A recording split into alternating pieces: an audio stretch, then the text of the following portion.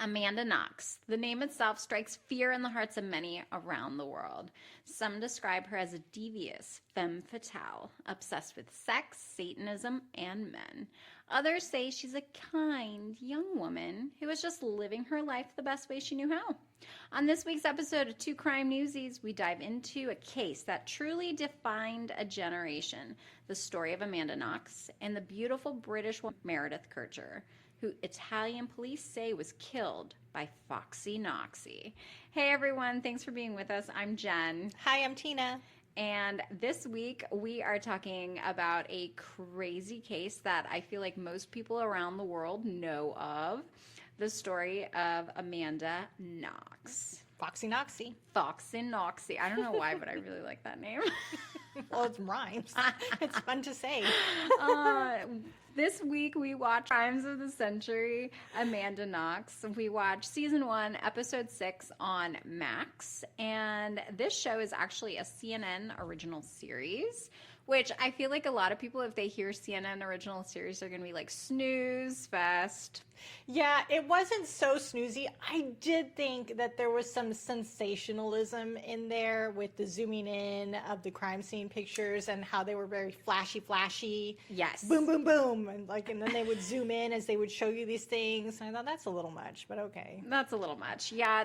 Before we get into this episode, I think we definitely need to say that this is not meant for children. We're going to talk about a couple of graphic things that I don't think you want little ears to be listening to. This show I like that it was in chronological order. I think it was a little my taste in shows, but also your taste in shows, minus the like crime scene photos. I just like a good story.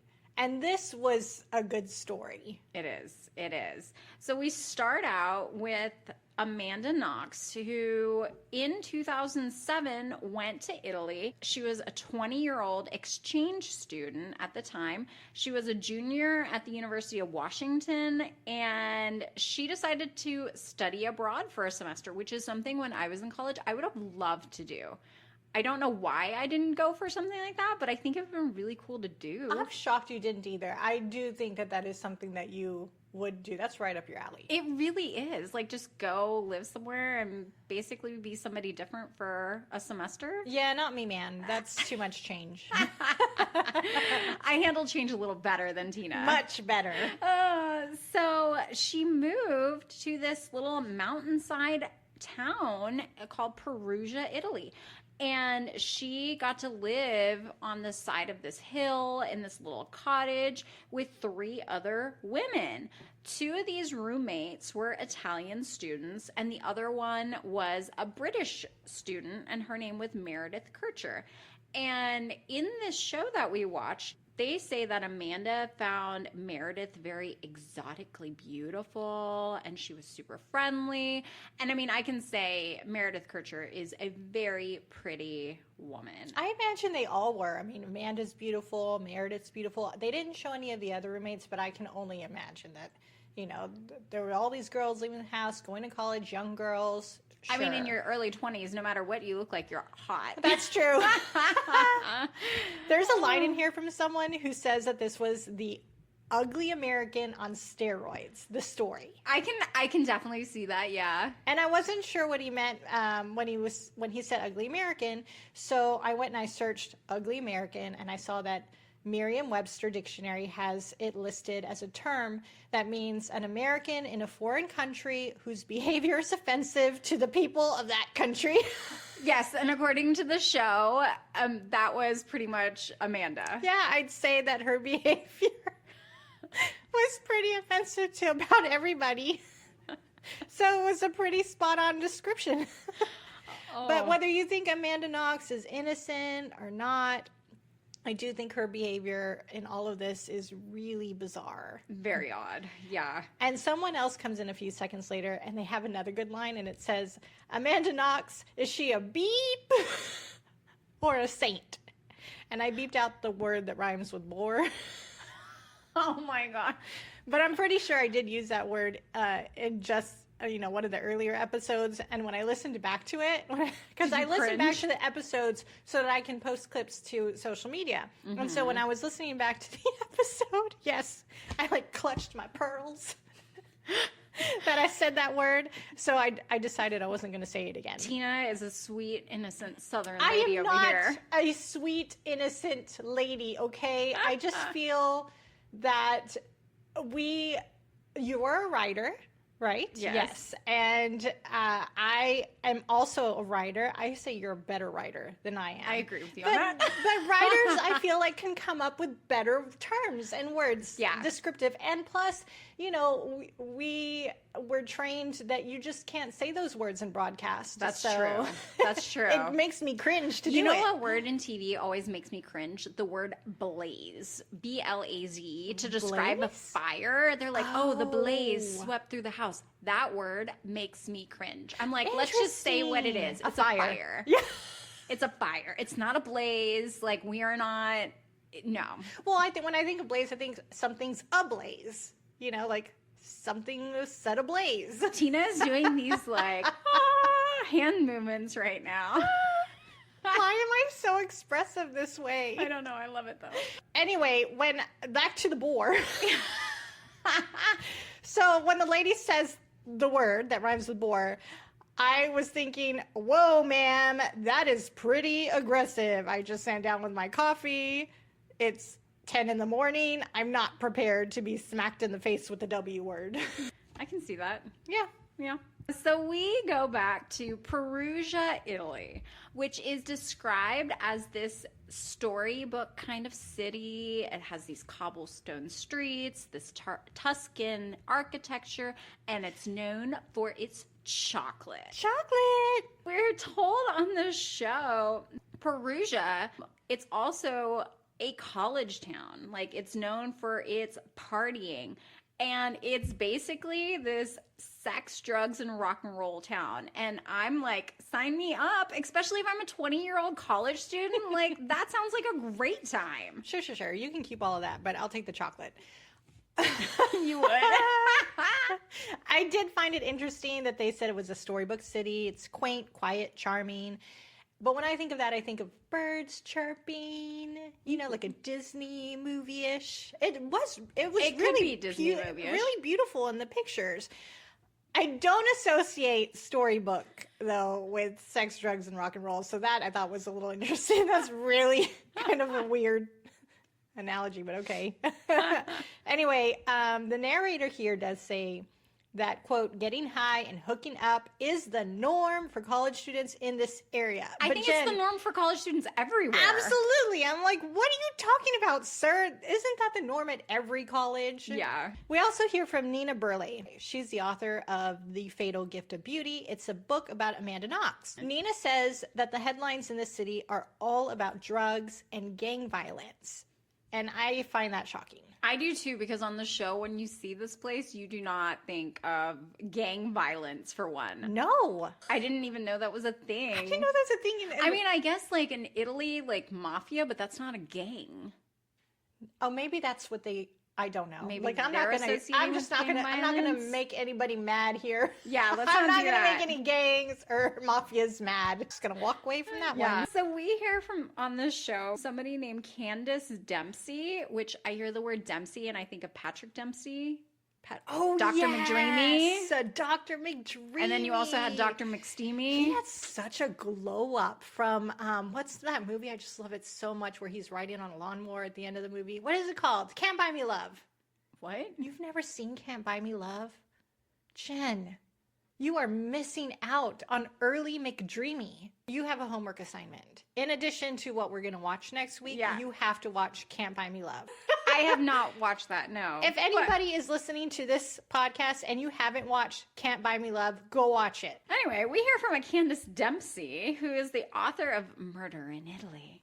And she says that Amanda is from Seattle. She considers herself and she prides herself on being eccentric, kind of out of the box. She kind of does what she wants. Carefree and careless were words that they used when they described her. And she was proud of it. I would like to be described as that. I am very regimented, I feel. Definitely careless.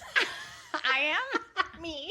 I am not carefree. I mean, I've got all sorts of anxieties and worries every day, but care less. Yeah, I mean, there's definitely, I could take a lot more care in what I do. Yes. Well, we hear that this is not how women in Italy behave. So they don't have this carefree type personality.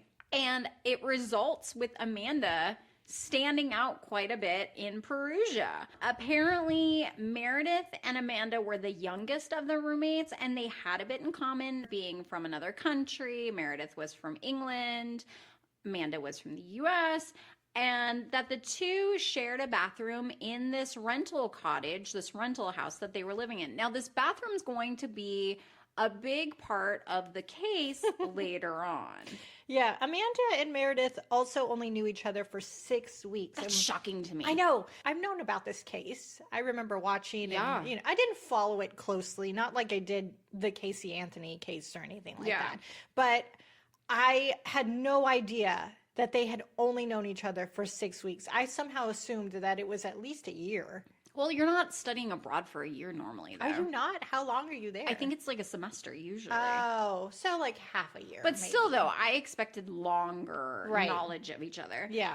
Well, Meredith on the show is described as a super wonderful person. She's super smart, and she's liked by everyone. We hear that she's very British, and that means that she's very reserved. She's more formal, which I have some friends from England, and one of my really good friends, she and her husband were in the States for a couple of years. They always were like, Jen is super like out there and like excited, and like I wear my emotions, like you can hear it when I speak. I love that about you. And they were super reserved. My friend's name is Rachel, and even if Rachel was like over the moon, joyous and excited about something, she looked super serious. And I love that about her because we're so different. It's fascinating. And I feel like there's other places in the world where you don't wear your emotions kind of on your face, on your sleeve, however you want to say it. Where I feel like in the United States, you definitely do. Right. I that's why I like to watch Love Island UK. I like Made in Chelsea. These are all trash TV reality shows that are made over there. Yeah. But the way people communicate and just, like you said, they can be really happy or angry or mad, but they are very reserved in expressing it. And I don't know why I love to watch it. I feel like if I went to England today, I'd be like, Rachel, and she'd be like, there's We would Jen. be so annoying. Oh, 100%. 100%. We should never go there. I really want to go there, though. It's pretty They'd be like, they would call me, what would it be? The Ugly American. Yeah. Oh, yeah, the Ugly American. Yeah. That's which us. I'm okay with. Meredith was more formal, sophisticated. Mm-hmm. She had a group of friends that she already knew in the city, and she would hang out with them. So she was already kind of like she had her group of friends, her little clique, and Amanda didn't have that. She only had the girls that she lived with that she knew. We hear from Nina Burley, who Tina had mentioned earlier, the Fatal Gift of Beauty author. She says that Amanda was basically a lone wolf in Italy, running around and picking up guys. She was just living her best life. Sure. We hear that Amanda worked at a bar in town, and she was hired at this bar because she was an American and people thought she was attractive. And so the owner of it, who was an African immigrant named Patrick Lumumba, hired her hoping that she would bring people into this bar, which we hear about all the time, that hot girls are hired at bars to hopefully attract people in. But not just any people. He was hoping that she would attract more men to the bar because of her looks. On November 1st of 2007, it's All Saints Day. Amanda and Meredith had the little house to themselves. I'm going to call it a cottage because I love that word, cottage. I like the word cottage too. It's just it's so cute. Like quaintsy. Mm-hmm. They had the cottage to themselves that night because the roommates were kind of out for the night. The narrator tells us that All Saints Day is a sacred time in Italy when people honor their ancestors. But for foreign students like Amanda, it's more of a party holiday, kind of like how we would do Halloween here. Oh, where we like dress up like hoochies? Yeah. Well, I mean, I don't do that anymore.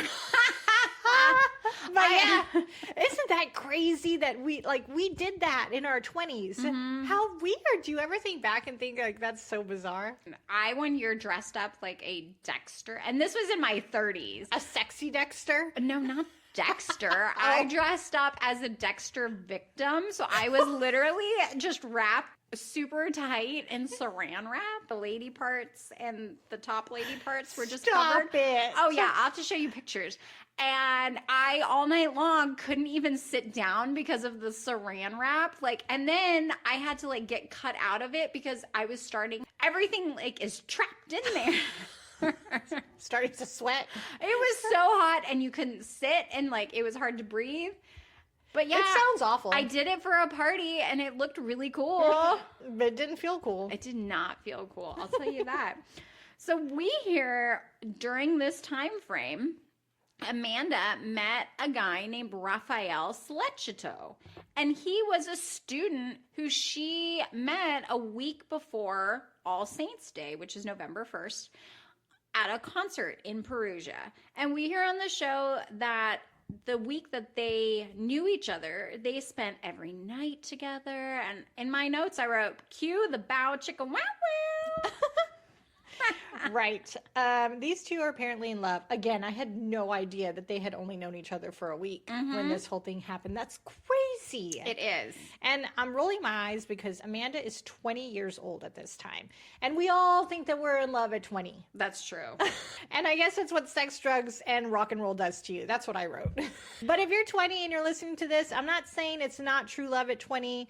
I'm saying don't let the sex, drugs, and rock and roll fool you into thinking that it is. You know what I'm saying? We fast forward to the morning of November 2nd of 2007, when the show states that Amanda went back to the cottage after spending the night at Raphael's house. Wow, chicka, wow, wow. Oh boy. The show states that Amanda came home and she jumped in the shower. And apparently there was this thing, it said on the show that Raphael's shower was gross, moldy and crusty and just nasty. And so she didn't want to shower over there, which I don't blame her. Nope. None of us want to shower in a man's shower that we're dating. Not going to happen. Nope. And Nina Burley, the author, says that Amanda jumped in the shower, but she had noticed that there was a little bit of blood on the sink and on the faucet, and apparently there was a bloody spot on the bath mat in the bathroom. But apparently she was like, oh, Meredith, maybe she's on her period and had dripped blood, or that the blood in her sink had dripped from her ear. I don't understand the whole ear thing, but in my opinion, I'd be like, why is there blood all over the bathroom? You know what I mean? Yeah, and I know the ear thing. This, first of all, is a literal red flag. Yes, truly. You got blood all over your bathroom. First off, I would be so grossed out. I'd be annoyed if I was sharing a bathroom with someone and I saw blood was somewhere in the bathroom. I'd march myself straight into their room and ask them to clean up that grossness. I'm not touching someone's bodily fluids. Yeah, right. That's true. Secondly, what do you mean you thought she was on her period? Right? How would it get on the sink? Right. That could explain the drop of blood on the floor or on the mat, but not the sink. Or the faucet. That should tell you that something is wrong. That doesn't make sense. Also, your roommates are women, so it's not like sometimes they shave their face over the sink. They might cut themselves like a man would, you know? Yeah. And I know that they describe Amanda as carefree and careless, but I think this is just a whole nother level of that. Agreed. And the last thing here is they mentioned that Amanda thought that maybe the blood was from her because Jen, she got 11 piercings in her ear that week.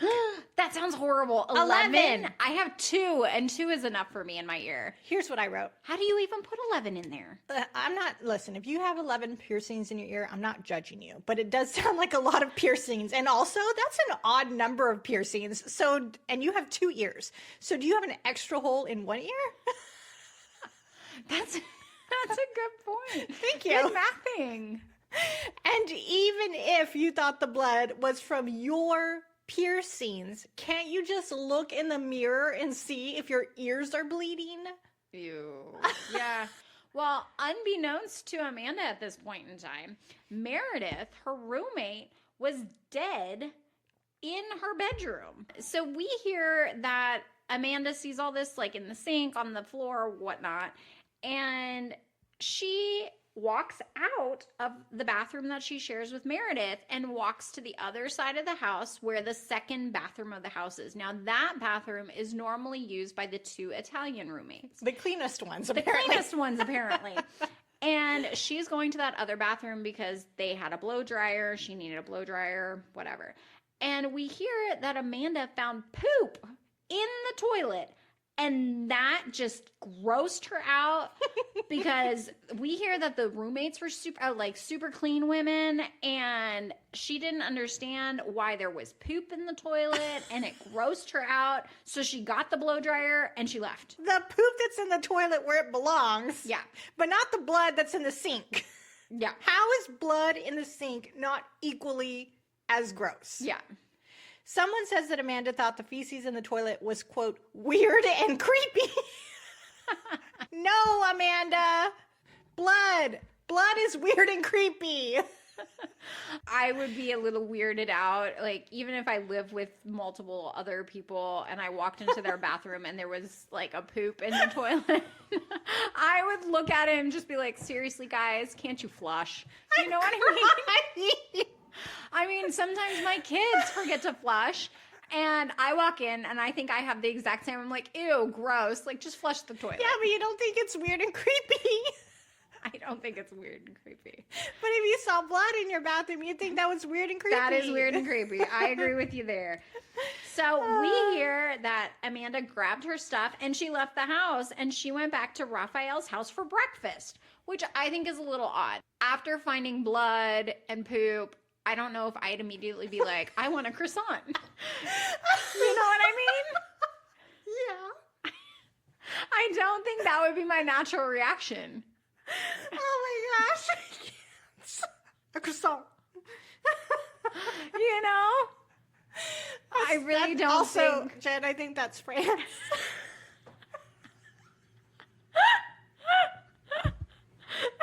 Well, whatever they're eating in Italy. Pasta? I don't know. I'm crying. Yes, I know what you're Like, saying. I'm not just going to be like, Raphael, I need... A breakfast pastry. Yes. ASAP. Right now. Make it happen. Oh my gosh. So I find there's a whole bunch of weirdness happening here. The show states that Amanda tried calling Meredith at this point from Raphael's house. And at some point in time that morning, she and Raphael decided to go back to the cottage. And when they get there, the police are there. And we hear they're at the house because they're investigating the theft of the other two roommates' cell phones. So in this documentary, the police are over there investigating cell phone thefts, like a crime scene style. Yeah. Okay, they're parked outside the house like there was some major crime happening, and they were just there for cell phone thefts. Yeah.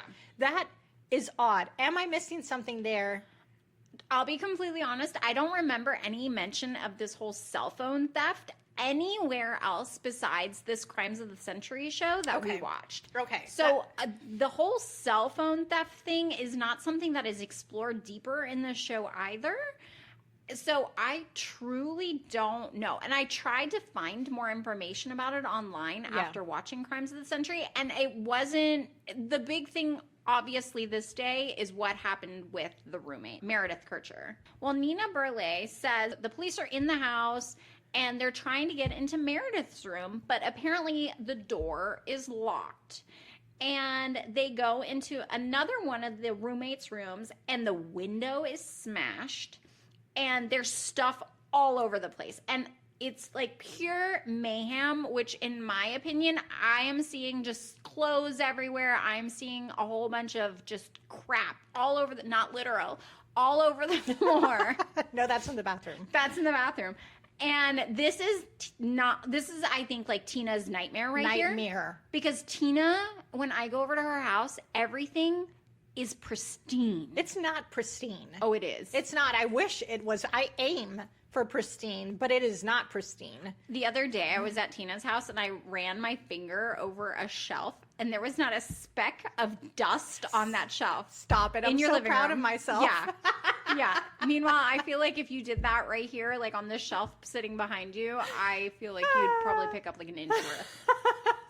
I do like for everything to have a place, but right now, not everything has a place, which drives me insane. Well, your house is always spotless. Thank you. Appreciate that. But police eventually get into Meredith's room, and they find a complete bloodbath. Now, Tina, cover your ears for this. Yeah. So Meredith is on the floor, and she's covered with this brown blanket, and her foot is hanging out. I believe it's her left foot, if I remember correctly from the pictures.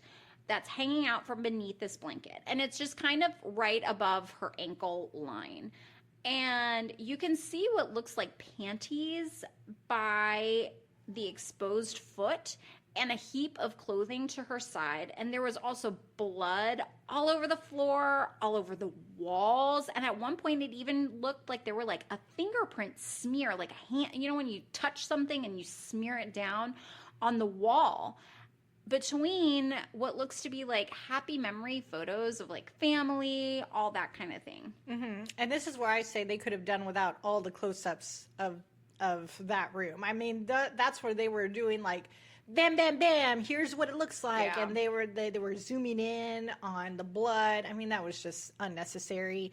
But I also thought, oh, well, they've got evidence. You've got evidence. Blood. You've got a finger. It looked like some sort of fingerprint or handprint somewhere on the wall. I mean, that's important stuff. It is. It is. So the house is sealed at this point, and Amanda and Raphael go outside. And this is where I think it gets even stranger. The two of them are seen kissing each other and nuzzling each other, which is super odd behavior if you think about it. So Meredith and Amanda had only known each other for 6 weeks, which we know. But even so, I wouldn't be outside macking on my boyfriend if my roommate wasn't even cold inside. Do you know what I'm saying? You said macking? Yes. I haven't heard the word macking since like junior high. Well, I feel like that's what they're doing. They're just like canoodling each other and like, oh, like. This is not okay. No. Your friend has been murdered in your house. You're there and you're kissing on your boyfriend.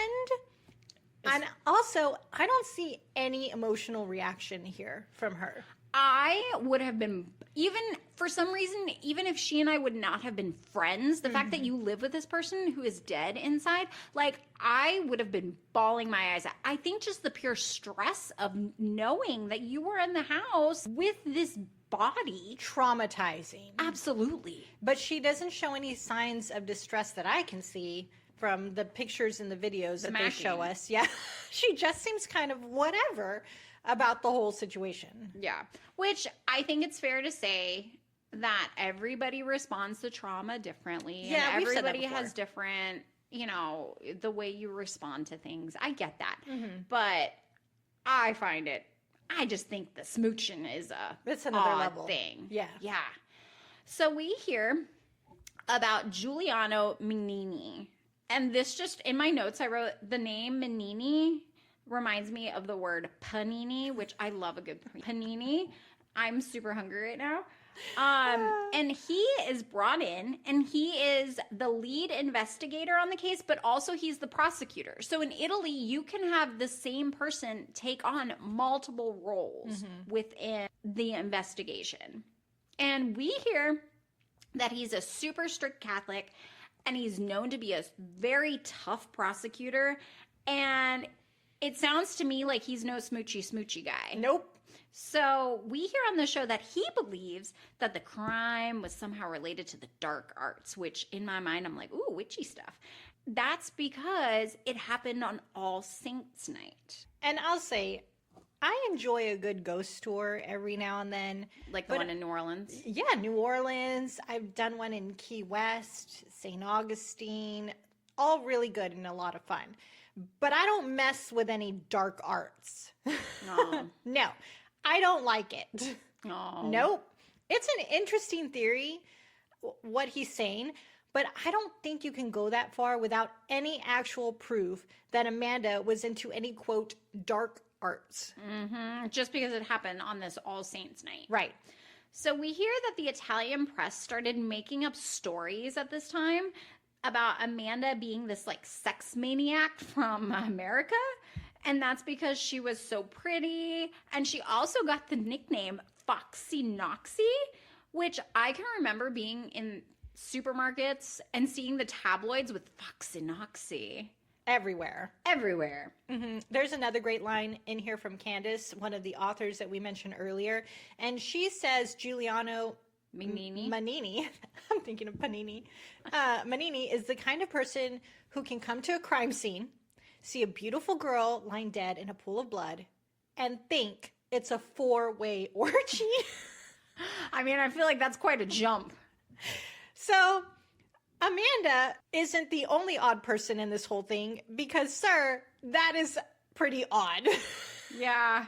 I mean, I feel like that's quite a jump to make, you know? Yeah. Quite a leap. Yes. So the police start suspecting Amanda and Raphael in Meredith's death since the two have been recorded on camera kissing at the crime scene. And truthfully, I would have been suspect of them too. That's true. That's weird. So Giuliano Magnini developed a theory that Raphael was apparently this naive kid who was wanting to please Amanda. And Amanda was this beautiful temptress, that Amanda was a part of this secret satanic cult. And it just all sounds so insane. Like, where's your evidence? Like Tina said, where's your evidence of this? Right. And I'm all for this theory. It's different. It's not something you hear about every day. But again, where is the proof? Mm-hmm. I also think her behavior is strange, but a satanic cult? I mean, what was she involved in? Was there a Facebook cult group? Was there like a culty group chat on her phone? Did she have any culty books in her room? I mean, you can walk into your room and maybe make that jump, but not. You could. But what about her? You know, how can you just throw around? And we're not talking culty books here. We're talking like witchcrafty type books. Okay, there we go. But you can't just throw around accusations like that without anything to back it up. Agreed. And we hear from Anne Bremner. Her Chiron reads attorney, friends of Amanda Knox. I kind of liked her. Right, but I said, wait, is she an attorney that also happens to be friends with Amanda? What does that mean? So it turns out she is an attorney that represents a group of people called Friends of Amanda. And this is a real group. And here's the AI short description for it. Is this according to Google AI? Yeah. Okay. Friends of Amanda was a group formed to support Amanda Knox after she was accused and later convicted of murdering her roommate Meredith Kercher in 2007. The group aimed to highlight the perception of the case, share information, and advocate for Knox's innocence. They created a website with resources like media kits, statements from evidence files, and analysis of the forensic evidence. And they also organized fundraising events and attracted high-profile supporters. And there's also a website, friendsofamanda.org. And in their website description, they say, Friends of Amanda is a group of people who recognize that Amanda is innocent. We are not affiliated with her family, and no one is paying us. We simply want to see justice. And I'm not sure if this group is still active because even though their latest blog post is from April 22nd, 2025, the title of it is Robot Vacuum Avoiding Furniture, Smart Cleaning Without Bumps and Bruises. And I don't see any recent blogs about Amanda Knox. Anyway, let's go back to Anne Bremner. She mentions that Amanda would do this thing that when people would take pictures of her, she would look straight into the camera with this chilling look. And they flash a couple of pictures of her doing this, and I agree, she looks scary. She in does those look pictures. a little scary. She's like staring into your soul. Mm-hmm. So I can kind of see why Manini would think she's a bit witchy, you know? Like when you look at those pictures, it's like, woo, it's an aggressive look, ma'am. But still, you have to have more proof than that to back up your claims. Agreed. Well, Raphael and Amanda were questioned at the police station. And we're told on the show that Amanda at the police station starts doing yoga stretches and she does the splits. at the police station, which that is kind of odd. And kind of odd. we hear that Amanda at one point even curled up in Raphael's lap and pretended to be a koala bear. Yeah, I wish they had footage of this because I wanted to see what they were talking about. I would pay money, I think, to see that. And remember, these two, Amanda and Raphael have only known each other for 1 week. True love right there. Come here, my koala bear. Oh, man. So we hear that Raphael got himself in some trouble at the police station because he wasn't super clear about what he had done that night, what he had seen, where he had been, and he couldn't remember when things had happened, as if things happened that night or the night before. We hear on the show that he said he had been eating dinner, he had been smoking some weed, and he couldn't remember which night he was doing things. And in my opinion, it's a bad day to have a bad day. Like, you can't remember those things. Like, today is not the day to all of a sudden have like this mental, fog. Oh, Jen, I walk around in a mental fog. I mean, I'm serious. I can't even tell you what I ate for lunch yesterday. This is bad. This is a bad, what do I have to do? Mental exercises to make myself... Isn't it like Mahjong, one of those things? What is that? It's like a little, a game with numbers. Or you know what you should start doing is some Sudoku. Oh, I love Sudoku. Oh, see, I can't do that. Sudoku. But I don't think that works on my memory. Oh, it's all a mind thing. Well, I try to exercise my mind with some numbers, but apparently it doesn't help. It doesn't help jog my memory of what I ate yesterday. Well, Amanda's Italian was not great at this point in time, which if you're sitting at a police station in Italy being questioned about somebody's murder, you need to know your Italian. That's true. And we hear that she recanted her original story under police questioning. And we hear that she told them she had not been with Raphael all night long. And Amanda says she answered questions hypothetically on the show. We hear that. And at this point, I'm like, no, girl, you don't answer questions hypothetically. No.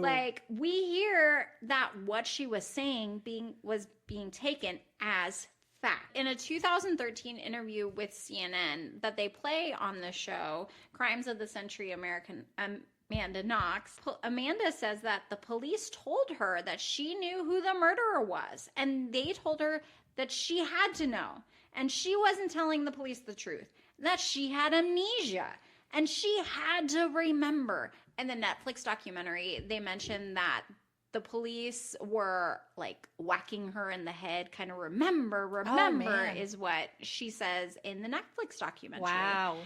And we hear that police told Amanda that they had absolute proof that she had been at the crime scene. She left and had a meetup with her boss, Patrick Lumumba.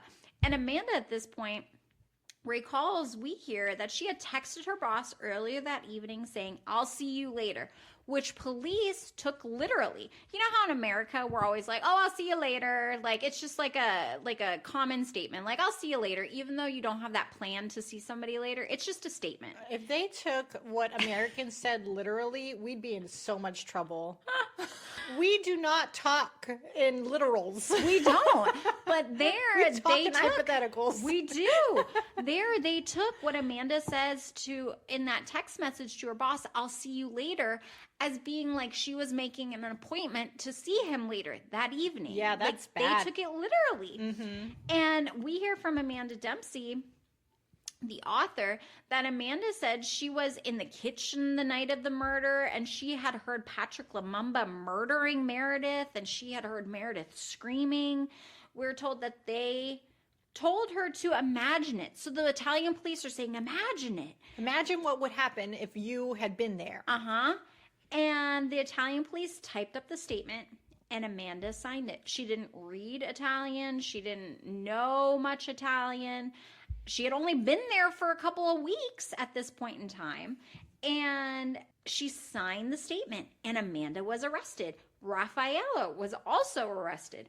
And Patrick Lumumba, her boss at the bar, was arrested.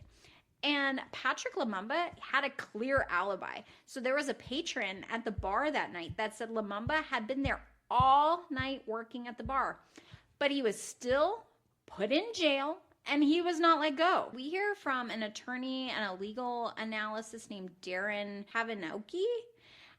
He says that Amanda was portrayed in the media as this like salacious American sex demon, this wild woman. And we hear that in Italy at the time, and I don't know if this is still the case. I can only imagine, I can only assume this is what we're told on the show, that attorneys were working the case and the prosecutor was working the case. And sometimes the police, they would hand over files of the case that they were working to members of the media. So the media would get handed something by the police and they would release it as if it was fact. So it could be like suspected and it would be put out there as if it's fact. And I feel like that's just like a journalist, like, give me everything. Sure. I use the term journalist loosely, or I would use the term journalist loosely here because it sounds like it's more of a tabloid style journalism. Yeah. The authorities would give things to the reporters they wanted to give things to. And they would choose what they wanted to give and what to hold. In the Netflix documentary about Amanda Knox and Raphael Solecito, they speak to a journalist, and he was a British journalist, and he was one of the first ones in Italy covering this whole Amanda Knox thing. And there he says too that he was like, oh, like they have a big name British journalist, so they were just handing me stuff to put out there. We hear that fingerprint results come in from the crime scene. And turns out that there was a guy named Rudy Gaudet who had been in the house. Now, Rudy Gaudet is an African immigrant son who's described kind of like a drifter. And he was a party type person in Perugia, and he had a history apparently with knives and break-ins. Red flag. Definite. And the author of a book called The Monster in Perugia, his name is Dr. Mark Waterbury, says that Gaudet left his fingerprints all over the house. And it was his poop in the roommate's bathroom. Remember, that's the poop that Amanda had seen. Oh, I remember. You won't forget anytime soon. No. And there had also been Gaudet's blood and fingerprints on Amanda's purse. And as soon as this crime had happened, he fled the country. He left Italy and went to Germany. And after his fingerprints and everything were found, he was extradited back to Italy. The narrator also says Gaudet admitted that he was with Meredith the night she was killed, but claimed he didn't kill her. Red flag. Yeah. In a news clip played on the show, we hear that Amanda's mom is interviewed in this clip. And she says that Rudy Gaudet said he was at the house and that Amanda had not been there and he had never met Raffaello. So this also is one of these things, like, you're not having any evidence pointing to Amanda or Raphael. Right. And you also have a guy who's all of his DNA, his fingerprints, all that kind of stuff is found at the house saying they weren't there. Yeah. And where's the miscommunication here? Exactly.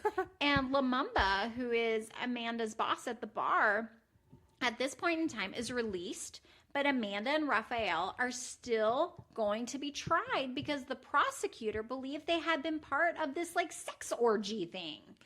What is with this guy and his orgies? Right? I mean, they flash what looks like an Italian newspaper on the screen, and I feel validated for saying that these journalists do indeed practice tabloid journalism, because did you see this newspaper graphic? I didn't.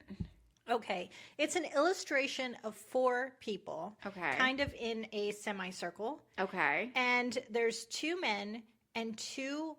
Oh, no, I'm sorry. There's 2 men and 1 woman surrounding a girl in the middle. Okay. And the woman... There's one woman standing up, and there's one who looks like she's, I think, kind of like on her knees or on the heels of her. Like crouched down? Right. And the one standing up is holding a knife to her throat. That sounds terrible. It's an illustration in this looks like a real newspaper from over there. Oof. Can you imagine? Oof. I mean, you're just making up your own image of what happened. Yeah. There's no proof that any of these people besides 2 of them out of the 4 were in that room. Yeah. But you're just making up, like, this is what we think happened. And the 2 people in that room would have been Meredith, because obviously Meredith was in the room, and it's her bedroom. Right. And then Rudy Gaudet, fingerprints, his DNA, whatever, are found. There's evidence that points to him being there. Yeah. Yeah. Ugh. So we hear that police got a sample from Amanda's, a blood sample from Amanda while she was in jail, and told her that she had HIV. And they had her write down every guy that she had ever been with. And so she wrote down the names of 7 men, because at this point she thought she had HIV, and so maybe she passed it on to one of these people. Apparently, the list of partners is put out to the press. Horrible. How horrible is that? That's terrible. Crazy. And they made this huge thing about it's 7 people, when realistically, I feel like 7 people for a college girl is not that many people. What was the point of this whole charade? Because she did not HIV. No, a couple weeks later they came back and they were like, oops, sorry, we made a mistake. You don't have HIV. But this list had already been put out. So did they really say, I want to know if they really thought that, or they were just trying to get her to write down a list of her partners that she had been with? So they could say like she's into all these sexy things. Right. That's so nuts. It's so bad. It's scary that people in charge could do something like that. Agreed. It's scary. So we fast forward to January 16th of 2009. Now this is 14 months after Meredith had been killed. Amanda and Raphael are still in jail. And we learned that the judge is a member of the jury, which is crazy to me. Like, in the U.S., you have a clear separation between the judge and a jury, where in Italy, sometimes the judge can be a member of the jury, and the judge in this case was a member of the jury. Yeah, I wrote, I'm no lawyer or legal expert, but that doesn't seem fair.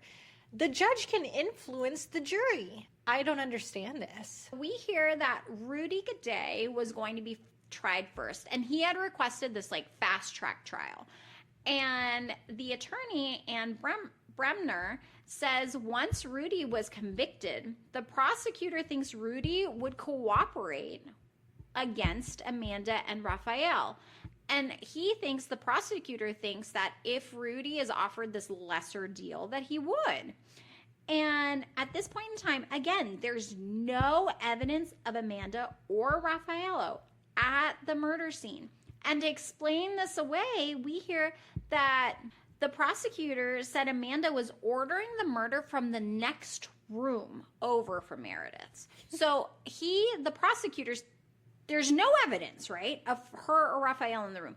And so they think that Amanda is standing in the bedroom next door to Meredith and shouting, hey, you should stab her. Like, what the actual F? Because Amanda looks like she's some sort of boss of everything, right? I mean, she doesn't carry that presence at all. No, it's insanity. And still, no evidence of anyone at this point involved in any sort of cult. So in a 2013 CNN interview, Amanda says that all of their theories about her personality, about her behavior, there was nothing that linked her to the murder.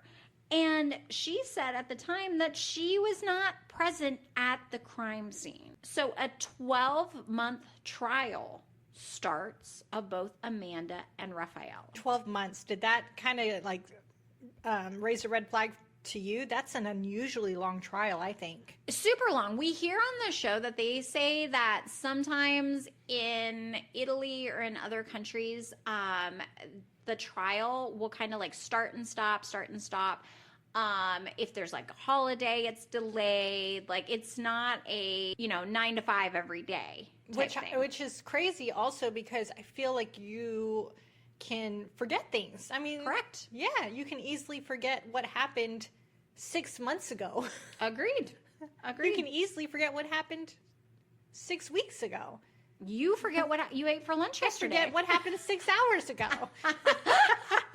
I mean, this is nuts that they do it that way. Yep. And on December 4th of 2009, now that's a little over 2 years after Meredith's murder, the verdict is reached. And both Amanda and Raffaello are found guilty. Amanda is sentenced to 26 years and Raffaello is sentenced to 25 years. And 2 weeks after Amanda's sentencing, listen to this. This I find very odd. Rudy Gaday's sentence was reduced from 30 years to 16 years. And it makes you wonder, did he cut a deal? Unbelievable. Absolutely makes you think that. And I wrote, what kind of deal? But you had already talked about this a couple minutes ago. A deal so that they can get convictions with the other two. Correct. Yeah. So you have the guy who's actually been at the crime scene, whose blood is there, whose fingerprints and all that. But that doesn't matter. They're suspecting this sex demon in Amanda and Raffaello, and they're sentenced to 25 and 26 years. And this guy is going to be out in 16 years. That's crazy to me, especially because it's not like he could have had any information that would prove that Amanda and Raffaello did anything, because there was nothing, there was no evidence of them being there. And he too had said they weren't there. He had already said they weren't, so what? Did he just go back and make up a story and sign it? It's crazy. So we hear Amanda's attorney appealed this and challenged the DNA. And there was a second trial granted on November 24th of 2010. Now, this is 11 months after the first guilty verdict. And based on hard facts and motive, we know that Rudy Gaday was the murderer. And Amanda's defense team had independent experts come in and look at all of the evidence in this case. And they said much of the evidence had been contaminated by the police. And we see on the show a bra that had been like kicked around the room by investigators when they were originally investigating this crime scene. Mm-hmm. And the prosecutor at this point, the show says, suggested that Amanda cleaned up the DNA in the room. Yeah. So she wiped herself that's what they say. away. That's what they claim. You know?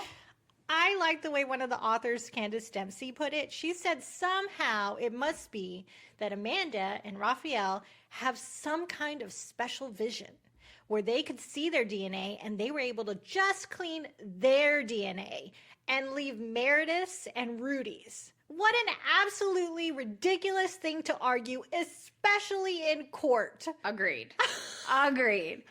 So on October 3rd of 2011, the trial finishes. So Amanda and Raphael were both freed. They were acquitted of the charges, and they were whisked out of the courtroom, and Amanda immediately flew back to the U.S. Like, you get on that plane and you go back to Seattle as quickly as you can. Yes. Because she had spent 4 years in prison. Yep. And all of this evidence in the case leads to Rudy Gaday. Shocker. Seriously. And at the Seattle-Tacoma airport, Amanda Knox held this press conference. And I've watched the whole press conference in its entirety before. Mm-hmm. And she's super emotional. And she's thankful to be home. And she asked for her privacy. She said she just wants to be with her family. Like, this girl has been through enough that she just wants kind of like to, you know, be away from it all for a while and just try to piece together her life. Yeah. And we hear at one point that Raphael came to the U.S. and spent a couple of days with Amanda, and they were friends. Like, the romantic love interest had completely diminished in prison, and they were just friends. Mm-hmm. And Amanda, at this point in time, ended up signing a $4 million book deal, which I've read her first book, and it's pretty good. I wrote 4 years in prison, followed by a $4 million book deal. So essentially, she got $1 million for each year she was in prison. I still don't think that it's worth spending 4 years in prison and going through that whole thing. Heck no. And to get $4 million. No, I've been to prison for a day and I wouldn't go back. Again, you've not been in prison. You've been to prison. I visited prison. I love how the story keeps coming up. It's great. Some people also still think that she's guilty. Meredith's family, as of this documentary, still thinks that she's guilty. I just feel like that's so much turmoil to carry. Yeah, it's sad. So in March of 2013, the Italian Supreme Court considered retrying Amanda and Raffaello. Unbelievable. And according to CNN World, the retrial did in fact take place in Italy. And Raphael went back for the trial and he took the stand to defend himself. And at this point, both Amanda and Raffaello were convicted again. And Amanda did not return back to Italy. Like, I would not either. No. And according to biography.com, in March of 2015, the Supreme Court of Italy overturned the 2014 convictions of Knox and Sollecito. What a circus. It's crazy. It's just this back and forth with no evidence. Their legal system is incredibly fascinating. I should probably never visit Italy, right? You'd be accused of doing something. Who knows? I mean, apparently everything we say is taken literally. Yeah. Oh, that would be rough. So Amanda, since all of this, has written books. She wrote Waiting to Be Heard, a memoir, and then she wrote another book called Free, My Search for Meaning. She's also a podcaster. She's married. She has a couple of kids. And she's also on Instagram, and I follow her. Do you follow her? I don't follow her, but after I did see your note that you said she's on Instagram, so I did check out her Instagram. She does have a couple of interesting posts. One of them was about her book, where I think it was a screenshot from her book listed on Amazon. Uh-huh. And one of the subcategories for it was murderer biographies. I didn't realize that was like a category. Me neither, but she highlights it and she points out that she's still trying to work on getting people to understand she is not a murderer. Well, I mean, I'm sure that if she visits a bookstore or she's at the grocery store, I'm sure there's still people out there that are like, oh, look who it is. Mm-hmm. Yeah. She seems very strong, though, to be, to be podcasting, to put her story out there in 2 books. 2 books. Yeah. And 2 kids and a husband. So yeah. So it sounds to me like she's doing well for herself. Thank goodness. This was an interesting one to cover for sure. It was a fascinating watch and a fascinating story. I would definitely recommend you watch the show. It's called Crimes of the Century, Amanda Knox. The season is season 1, and the episode is episode 6, and we watched it on Max. I think there's other platforms that stream it, but that's where we watched it. Yeah, I also liked how, I think it was, 45 minutes long? Yeah, it was. So you get the full story in 45 minutes. I really like that about this one. And I like the timeline. It was I feel like it was just very, fact-based. Right. Boom, boom, boom, boom. Yeah. Which is nice. Agreed. Yeah. And then we put our little spin on it. Yeah. So if you also liked this story, if we made you laugh today, if you want to hear more stories, subscribe, and also give us 5 stars. Yes, please do. And give us a review if you want. We love seeing those. Every time a new review pops up, we're like, oh, look, we got some love. It is so fun to read those, for sure. Agreed. Also, send us a note. If you don't want to write a little message for everyone to see, you can email us at twocrimenewsies@gmail.com. Follow us on Instagram and on Facebook, Two Crime Newsies. And we will see you guys next week. Bye.